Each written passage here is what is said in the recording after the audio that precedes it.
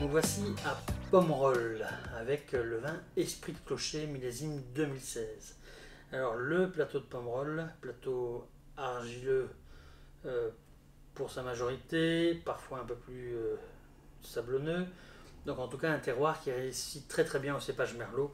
Donc c'est un des terroirs de prédilection de l'appellation Pomerol, comme de Saint-Émilion d'ailleurs.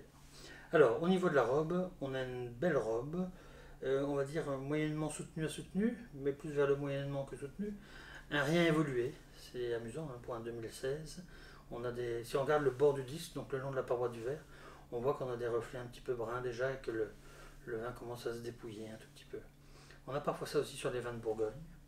Alors, je sais que les vignerons bourguignons et bordelais regardent les vidéos que nous faisons, donc on dit à Bordeaux que c'est le plus bourguignon des vins bordelais avec le cépage merlot. Voilà, comme ça, les Bordelais ne sont pas contents et les Bourguignons aussi. Je vous embrasse tous. On peut continuer. Donc, en tout cas, on a une robe un petit peu évoluée, alors que c'est un 2016. Une viscosité moyenne à légère.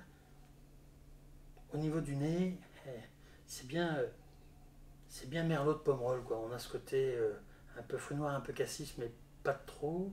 On a une touche un petit peu évoluée. On aurait presque envie de dire que ça tire déjà vers le côté un petit peu sous-bois.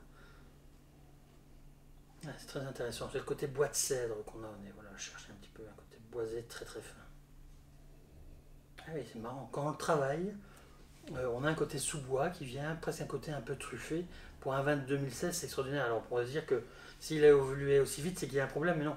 Parfois les merlots, quand ils sont en phase avec le millésime, qui ont été bien travaillés, etc., même dans la jeunesse, on a des arômes comme ça. Donc c'est vraiment un beau représentant de l'appellation Pomerol.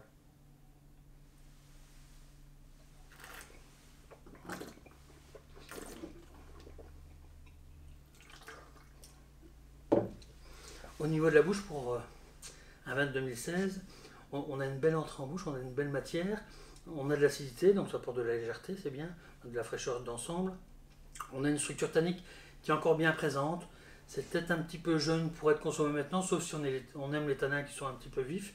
Mais en tout cas, quand on travaille la rétro-olfaction, on perçoit déjà des choses, ce côté un peu sous-bois, on a encore beaucoup de fruits noirs, bien sûr, beaucoup de notes de cassis, mais avec cette intonation boisée, mais on sent qu'il y en a encore sous le coude, quoi. Donc là, il faudrait attendre encore un peu, allez, je dirais un minimum d'un an, si on veut le déguster un petit peu plus évolué. Hein, voilà, mais c'est un vin qui, dans l'absolu, peut tenir une dizaine d'années en cave, quoi. On a en tout cas un très beau vin de Pomerol. Je sais que le rapport qualité-prix est excellent, et ça, c'est pas souvent le cas à Pomerol. C'est bien dommage, mais c'est comme ça. Ça, c'était pour les vignerons bordelais. Je vous souhaite en tout cas une bonne dégustation. Au plaisir d'en parler avec vous. À bientôt.